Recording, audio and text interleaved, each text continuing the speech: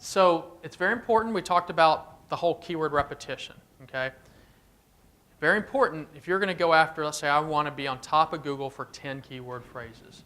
Okay, well, when Google comes to your home page, they need to find those pages. Well, maybe if you set up the sitemap, they can go to the sitemap and maybe they'll find the pages that way. But to ensure they find those pages, you want to add each of those keyword phrases as navigational links, okay, somewhere in your navigation system. So we like to put them on the footer, towards the bottom of the web page so it's not intrusive, it doesn't mess with the user experience. So the search engines will see hair color for gray hair. Okay, that's this link right here. And when they see it, it's actually a link that points to a page, a web page on your website, which is called haircolorforgrayhair.php. Okay, and then you have all the stuff we talked about earlier on that page. You have the title tags, the meta tags, the header tags, and the content on the page, all repeating that keyword phrase. Now, once again, very important, be careful how you do this. Don't overstuff with keyword phrases. You want it to be natural. You don't want to do it too much. And I might have forgot to talk about it earlier, but internal linking is very important as well. So you want to link to other pages within your website. Okay, that's called cross-linking or internal linking. That the search engines eat that up because it's a form of link building within your website. So that helps and gives you credibility. Okay.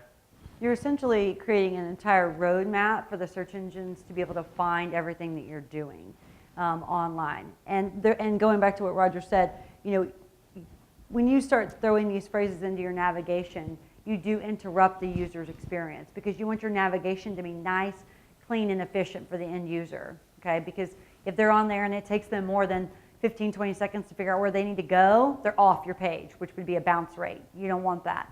So that's when we put it at the bottom, not to mess up with the navigation.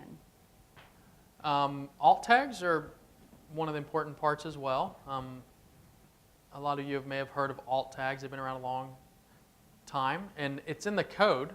And so if you have an image, you want to put this ALT equals, and then you put a little description, and down here, Prada shoulder bag. Okay, so this is what the code looks like. So you have your image tag, and then in it you have the ALT tag, and you put your description in there. The reason why this is important for two reasons. One reason is for accessibility, okay, for the blind. So this helps them to read and navigate through the internet. So that's one reason it's very important. Second reason is that obviously from SEO perspective, the search engines will look for these alt tags and these descriptions. And just one more way to tell them, hey, this is the subject matter of this web page or this specific product or service, which also gives you another point in the SEO game. Okay, so important to do that. And then this is just an example of what it looks like when you most products and services, most products and images that you'll roll over when you're on a web page, you'll see this little thing pop up, and that's usually because they have an alt tag. If you roll over something and you don't see that, that means they probably didn't put an alt tag in there. This is a very important thing to note. This is an actual snapshot of Google Webmaster Tools. Once again, very cool tool to have, guys, and it's free, which is also very cool. And even in Google Webmaster Tools, there's a lot to it. It will show your natural rankings as well. It'll show like impressions and clicks, the keyword phrases that you're ranking for. So, there's a lot of fancy ranking software out there, and we have it as a company. But to have software in place is good because you can type in keywords that you want to track specifically, and that's what our software does. But if you want a quick, free way to know what your website's ranking for currently, in Google Webmaster Tools, it will show you rankings on what you're ranking for currently. You can't type in keywords to track any specifically, but it'll give you good information. But this is a part of it. It's a performance diagnostics, and it'll tell you how fast your web pages are loading. So you can see right here, 2.9 seconds to load this web page. Why is that important? Okay, it says this is faster than 51% of the sites out there.